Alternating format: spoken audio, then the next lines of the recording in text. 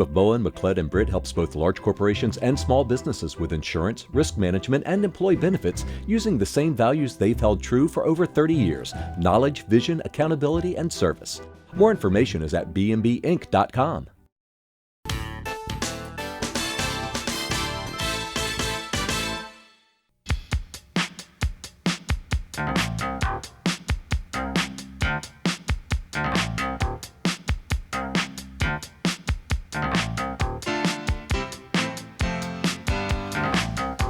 Hello, I'm MARCIA KAVANAUGH. Thanks so much for joining us.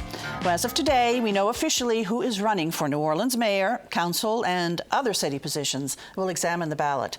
We'll also discuss the condition of the city they seek to govern and speculate on why there are so few major candidates. One issue that is always present is crime. We'll look at the war of words between the mayor and a senator. Qualifying for us are tonight's Informed Sources. ERROL LABORDE, producer of Informed Sources. Tyler Bridges, reporter, The New Orleans Advocate. Kevin Litton, reporter, NOLA.com, The Times-Picayune. And Stephanie Grace, political columnist, The New Orleans Advocate. And we go to Stephanie first. And so it is done. And we know who's in, who's out. Sydney Torres, not doing it. Of course, we're starting with who's out, because that's actually the news That was here. the news today. Sydney Torres, who has been teasing this for a very long time, the businessman, French Quarter cleanup guy, reality TV star, is not in. He's decided not to. But he's setting up a PAC and he wants to be a voice, and so we probably will hear from him at some point during the election. Okay, yeah, and I have some more questions about that PAC, but let's talk about who's in right now. Let's take a look at our slate. For mayor of New Orleans to replace Mitch Landrieu, it's a very big field with very few well-known candidates, actually. Three who are really top tier who've been putting together campaigns for a while. No surprises there. LaToya Cantrell, the city councilwoman, Desiree Charbonnet, the former municipal court judge, and Michael Bagneris, the former civil court judge, who worked in Dutch Moriel's administration. Qualifying today was a little bit of a surprise, a guy named Troy Henry, who people might remember from the first race that Mitch Landrieu won, 2010. Consultant, somebody who's been involved in city affairs. He's done some business deals with Wendell Pierce, the actor, his childhood friend. So he's back. He signed up. Other than that, there's a guy named Frank Skurlock, who's a businessman who's been running for a while, who is going to put a lot of his own money into it. He's one of the kind of would-be redevelopers of Six Flags.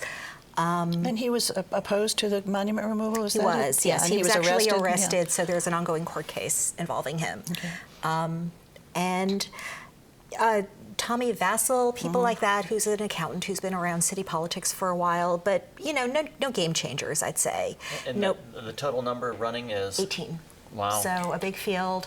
No Karen Carter Peterson, no J.P. Morrell, no Walt Leger, no, Stacey Head, who even showed up at qualifying at the last, just to kind of talk about the issues. Now let's make it clear, none of us are running either. Yes. No, we're not seeking it. I want to ask you about Leger, too, because when he said, I'm not going to do it, even though he saw a, quote, clear path to victory. Yes. So if one sees a clear path to victory, why not pursue that path? Well, he is someone who had a pretty active campaign early on. He spent over $100,000. He hired a staff. He did polls and research. He actually hired the research team that helped John Bel Edwards. So a lot of people thought John Bel Edwards maybe didn't have a path, and it turns out he did. So this was a good team to hire if you're someone like him. I think what he means by that is there is a possibility that somebody white could be elected. That is kind of the underlying message there, that he, following in a majority black city, following two terms of a white mayor, the question was, would the city want another white mayor, or would there be, kind of an instinct to go back to having an African-American mayor? And about 60% of the registered voters are African-American, and about 30% are white. And Mitch Landrieu, obviously a white man, was elected. But is there another candidate like that, a white candidate like that, who could win in this majority African-American city? In some ways could be like that, because he's someone who has very good relationships across racial lines. He's kind of, a young guy, a post-civil rights era politician. Maybe if we weren't coming off Mitch Landrieu, but I think that's what he meant, and I think, knowing him, the idea of getting into a fight that could be racially divisive, I think, is not something he would want. Yeah. And Landrieu came from a family that had its that was well known within the black community. Sure. I mean, Yeah. certainly his dad was very well known and popular in the black community. He was also coming off of Katrina, and the mood was different. But the thing about race, and at the beginning of this campaign, we should mention, because people get upset with people like us when we talk about campaigns in terms of the black vote and the white vote. But that's the most relevant factor. Well, when people vote that way, so you kind of have to talk about it. Okay. Yeah. And so to dance around it without talking about it is really, and sometimes I see reporters sort of like being dishonest. They don't want to talk about that. But the point I always want to make is it's not necessarily, to vote race is not necessarily racist. It depends what your reasons are. If a black person votes for a black candidate because they know him or feels that person relates to his situation best, that's not being racist. That's just making a political decision. And the same thing with a white person. And so, but it does become a factor, and you can't explain politics. You can't explain any of these elections without looking at race being a factor. But sometimes there's someone who's just well known to both sides of the community that it becomes less of a factor. And Mitch Landrieu, that was a really unusual circumstance too, because it was coming off Ray Nagin. He had lost to Ray Nagin, who kind of played the race card in his election. I think there was a lot of buyer's remorse. There was a lot of desperation about the state of the city. Before. He'd run several times before, but the family was a factor. I'll tell you, when I would go out and watch him campaign, you would have older people, just immediately talk to him about his father. People felt very comfortable. I'm talking about African-American voters. There was a real comfort level with him, I found, that I think came from this long family history. When he was elected that day, which I always remember was the day before the Saints won the Super Bowl, which was one of the happiest weekends in New Orleans history. And he carried the black vote and the white vote. He did. And for that moment, for that 48 hours, the city was united as it's never been before. And it's not as united now. I mean, we lost some of that, but that was just a good moment at that point. And I wanted you to touch on real quickly about the PAC that Sidney Torres is forming. Yes. Is this PAC going to be involved in this campaign, or should He says it is. He says he will self-fund it. He was talking about, he's obviously very wealthy. He was talking about self-funding his campaign. We'll see. I think there will be several outside political groups, one set up by Mitch Landrieu, frankly, who has a great interest in this and has really talked about hopefully supporting somebody who will support continuity from what he did. That's something that's very important to him. So, but he's been raising money. He just announced this today. We don't know yet. But. Okay. All right. Now, so some other offices qualifying for in Orleans Parish. Sheriff. Criminal sheriff. Marlon Gusman did get an opponent. Basically, everybody, I should say, on the city ballot, everybody but Dale Atkins, the clerk of civil court. So congratulations to her. She was reelected. Everybody else got opponents, some serious, some not. Marlon Gusman was someone who really could have faced a serious challenge given all the difficulties with the jail. There were definitely people looking for a major candidate to get in against him. It seems that did not happen. Okay. Now, council. Let's take a council, look that's going to be interesting. So we have 3 open seats. Stacey Head is term limited for at-large, so that's State Representative Helena Moreno has been putting together a campaign for a very long time for that race. One of her colleagues got in today, Jo Bowie, who represents the Gentilly area. She represents kind of the Central Business District. And she's white and he's African-American. And he's African-American, and there are a few other candidates in that race. So that's going to be a really interesting one. Jason Williams, the other at-large councilman who had been talked about as a possible mayoral candidate, looked like he might kind of sail through, but he did attract some opponents at the last minute. None very well known. He's got a lot of politics going. He's maybe looking at running against Leon Cannizzaro, the DA, in a few years. That could be a factor here. So let's look at the districts. District A, where Susan Guidry is not returning because of term limitation. That's one of the 2 open district seats. So that's uptown. That's uptown and Lakeview, right. Mid-City. And the person who's probably the best known candidate, because he comes from another one of these long, famous New Orleans families, is a lawyer named Joe Geruso, and he's going to have a lot of institutional support and kind of political support behind him. He's been putting together a big campaign, but it's a pretty big field for that race. It's a pretty big field for District B, which is LaToya Cantrell's district, who's running for mayor. There we have a former Zula king, Jay Banks, who's been very active in BOLD, the political organization. Seth Bloom, the former school board member, and a handful of other people. So that's going to be pretty hard fought. District C is going to turn out to be interesting too. That's the incumbent is Nadine Ramsey, who won 4 years ago. her plan had been to face Kristen Palmer, who was the incumbent at the time, but Kristen Palmer decided at kind of the last minute not to run for re-election. And then Jackie Clarkson got in, and Nadine Ramsey ran. And that's Algiers in the French Quarter. Algiers in the French Quarter and Bywater, and yeah. And so Kristen Palmer is back. She's kind of gotten back into politics. She's been involved in the Algiers ferry issue. And she's back, so it's a rematch of the race that almost was, but it will be a very hard-fought one. That district goes back and forth. And then Jared Browsett? He got some opponents, probably not all that threatening. He's probably pretty safe. James Gray, and he did get some opponents, and that's going to be a little tough for him. He, you'll remember, has some difficulties with his private law practice and actually had his, for ethical issues, he had his license suspended for a few years, so that certainly will be a major issue.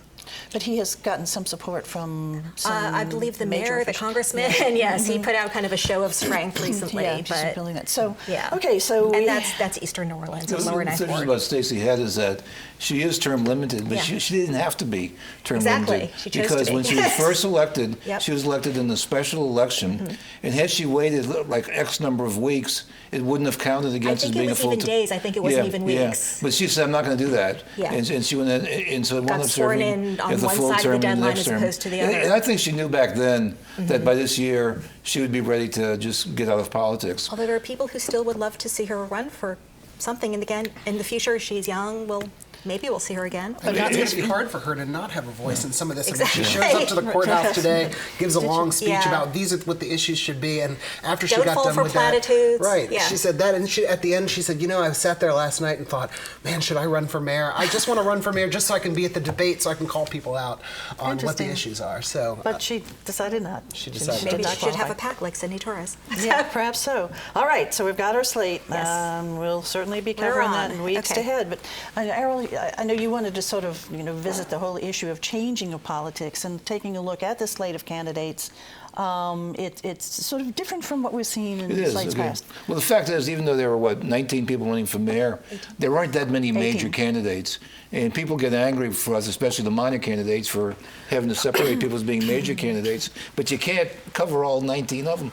And so we're wondering, why there are so few candidates, especially when you don't have an incumbent. I mean, usually when there's no incumbent, you see a bigger field. I think money, of course, is a big reason.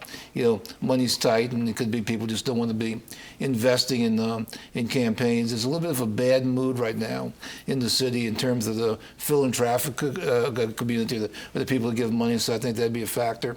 Race is a factor. I mean, there's always been a sector of the community that feels like, why run? I can't win. And so it used to be blacks who felt that way, and so now that's that's kind of reversed, and so that becomes a factor. What's different too is the decline of the old-time political organizations. Way back when there was like machine organizations, but really back 20 years or so, like when Bill Jefferson and his groups were in power, like if you were supported by those organizations, you could have like 100 guys who'd be out on election day, putting out leaflets and putting out signs for you. And you don't have that kind of political organization, so you don't have the type of apparatus that you usually had. And it also was kind of a way for people to get into politics, becoming active in those organizations. First you're, handing out leaflets, and then you're doing something with more responsibility, and eventually you're getting groomed for some office, and you have mentors, and you have a fundraising apparatus, and that absolutely used to happen in these organizations. And also, it's tougher to be in politics. I make the analogy, like, if the 5 of us had dinner and 1 or 2 of us were elected officials, people would be wondering, well, I wonder who's paying for that dinner, okay? Whereas if the 5 of us would have dinner tonight, nobody would really care. And so there's always that suspicion about politics, and then we have to walk. And the other thing I'm wondering about, I don't know, just speculation, is did it really hurt to advance the election instead of leaving it in February when it should have been? Is this too close to a very contentious presidential election and the gubernatorial election? And we've had so many elections in Louisiana. We had the 2 Senate elections, the governor election. I mean, it's been nonstop. But let me offer sort of a different reason. I think it may be that the problems are so intractable, and that the next mayor is not going to have all the federal money post-Katrina that Mitch Landrieu has had. So money is going to be tight. And again, those problems that this mayor has not been able to solve are still going to be out there. I think one thing also worth mentioning is that New Orleans bucked a trend in that Louisiana does not have a lot of prominent female candidates running for office or women in politics, and we're in a situation now where we have two major candidates, could end up in the runoff, Latoya Cantrell and Desiree Charbonnet, which would guarantee us the first female mayor in New Orleans history. So that would definitely be a new thing. And that's the level where women are doing well in this state. In Baton Rouge, there's a new woman mayor. Then Shreveport has one. Lake Charles has had one. So yeah. Although we have had a women governor, I should say. Some cities, I mean, like Lake Charles had a woman mayor like a decade ago. Yeah, I mean, more than that. I mean, the other cities have been electing women mayors. Baton Rouge is new, but yeah. But New Orleans has, New Orleans as has never Kevin come pointed I out. I just think it's just the way the politics happen in New York. I don't think it was an anti-woman thing because the majority of the voting population is female. I just don't think there was that right person at the right time. So. Well, we have females on the ballot, women on the ballot, considered Madam major Mayor. contenders. So we could have some changes in politics here in New Orleans. All right, and Tyler, you touched on it about the problems that the next mayor is going to be facing without some of the assistance that past mayors have had in terms of money. And you looked at you did a piece looking at that of what, for instance, Mitch Landrieu walked in as opposed to what this next mayor will be walking into. Yeah, Marcia, I wrote a story for The Advocate this past Sunday, and I was trying to answer the question, to be able to describe the city that the next mayor is going to inherit, whoever he or she is, versus the city that Mitch Landrieu inherited in 2010. And got a lot of numbers, and what the numbers show us is that compared to 2010, population is up, tourism is booming, average property values for homes have gone up substantially. There's more jobs in New Orleans, there's more bike lanes, there's more restaurants. Tax collections are up. There's new retail stores, more hospitals. 3 hospitals are open. The percentage of the uninsured has gone down. The bond rating's up. The city hall is now balancing its books. And there's more, the problem with the street lights, that's been mostly fixed. The blighted housing situation has gotten better. But there are also some areas where things are getting worse. Inequality seems to be getting worse. The number of murders over the last year compared to 2010, the murder rate has gone up. Number of murders has gone up. So have the shootings. While the average homes have gone up, price of homes, there's all sorts of areas of the city where things have not gotten better.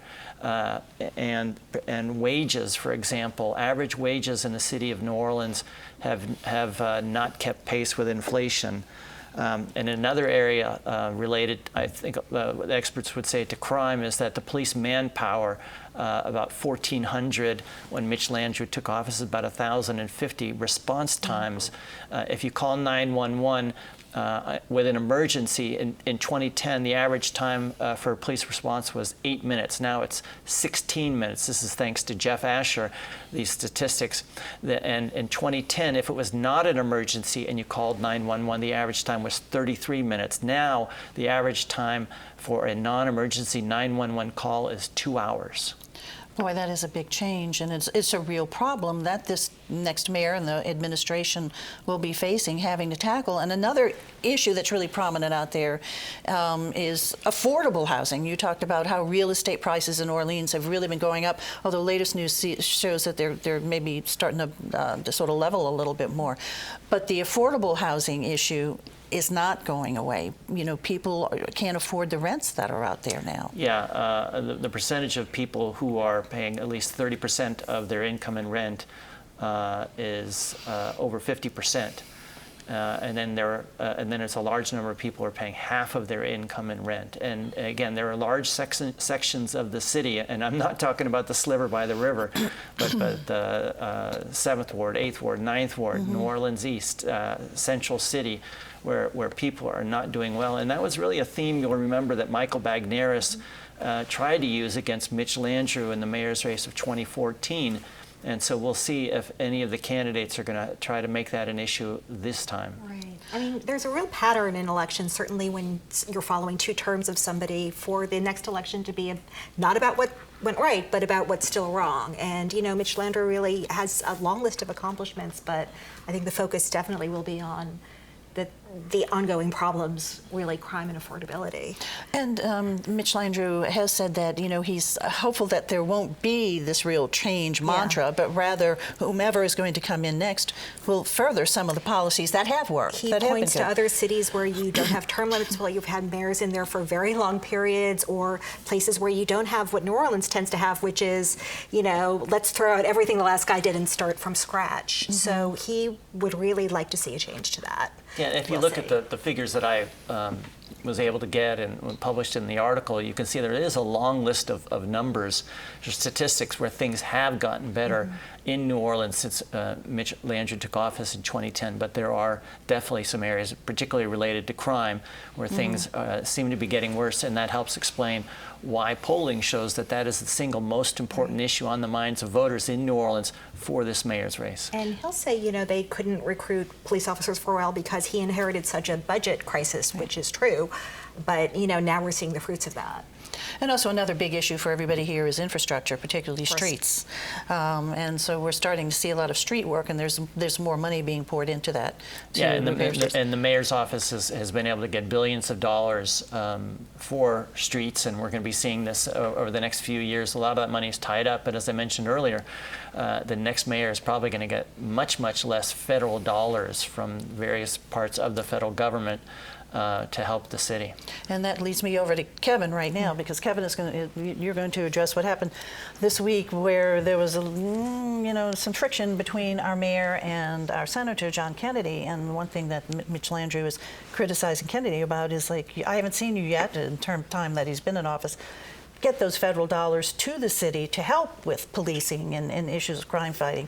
Sort of background us what happened there. Yeah, this goes back really the last month. John Kennedy started in with suggesting that maybe New Orleans should adopt some more aggressive policing strategies like stop and frisk, and then he really kind of took it.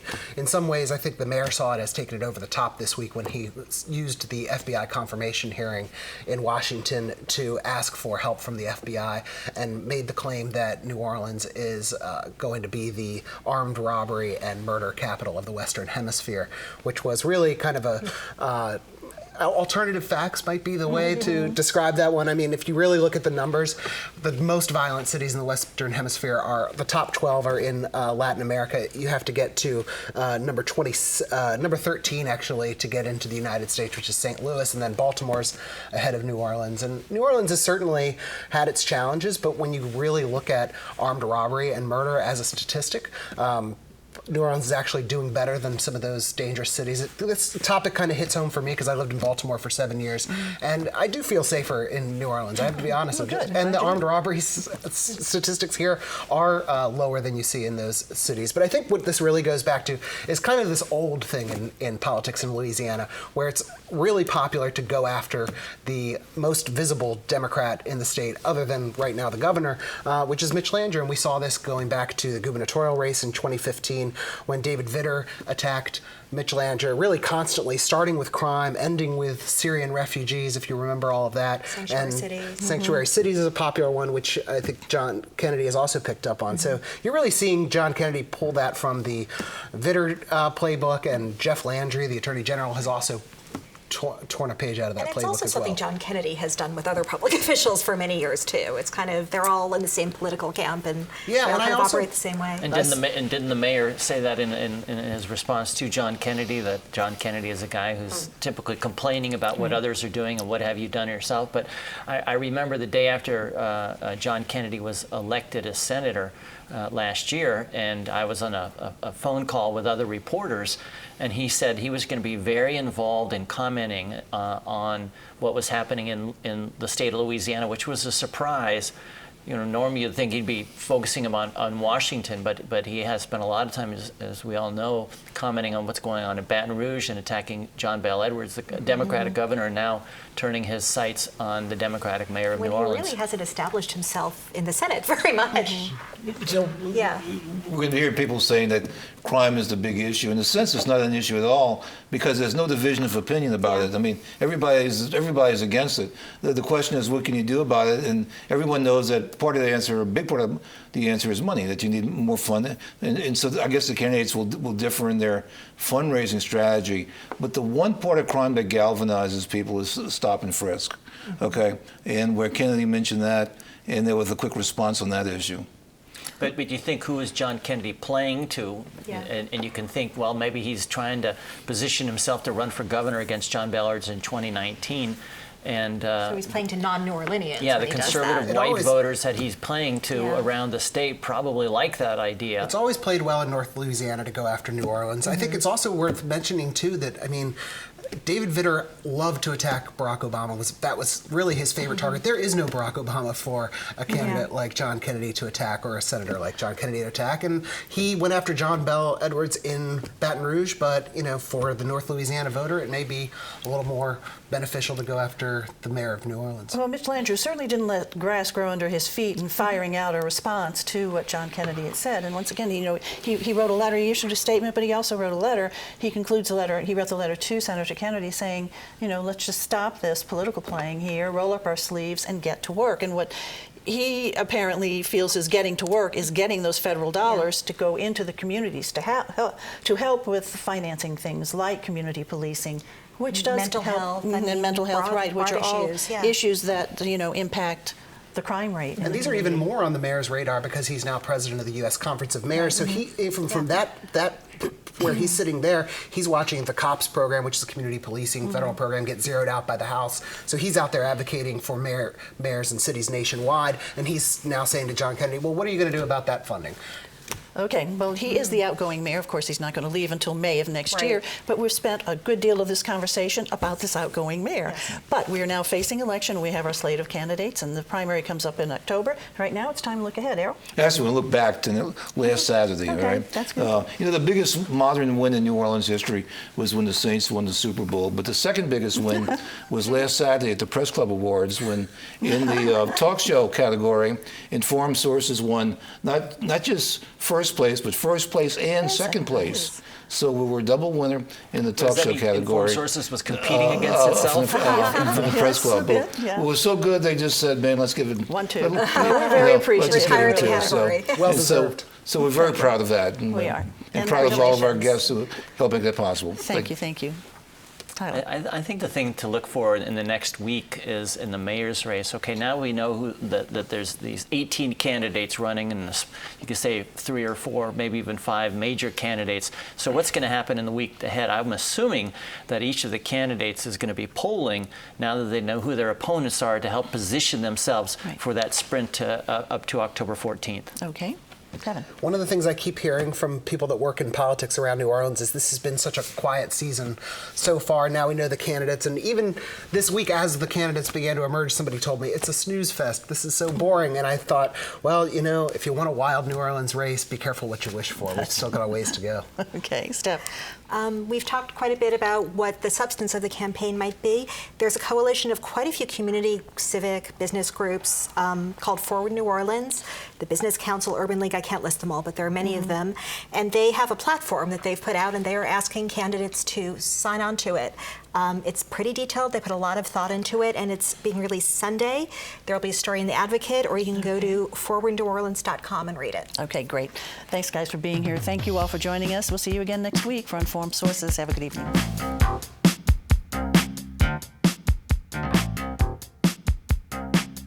The firm of Bowen, McLeod, and Britt helps both large corporations and small businesses with insurance, risk management, and employee benefits using the same values they've held true for over 30 years: knowledge, vision, accountability, and service. More information is at bmbinc.com.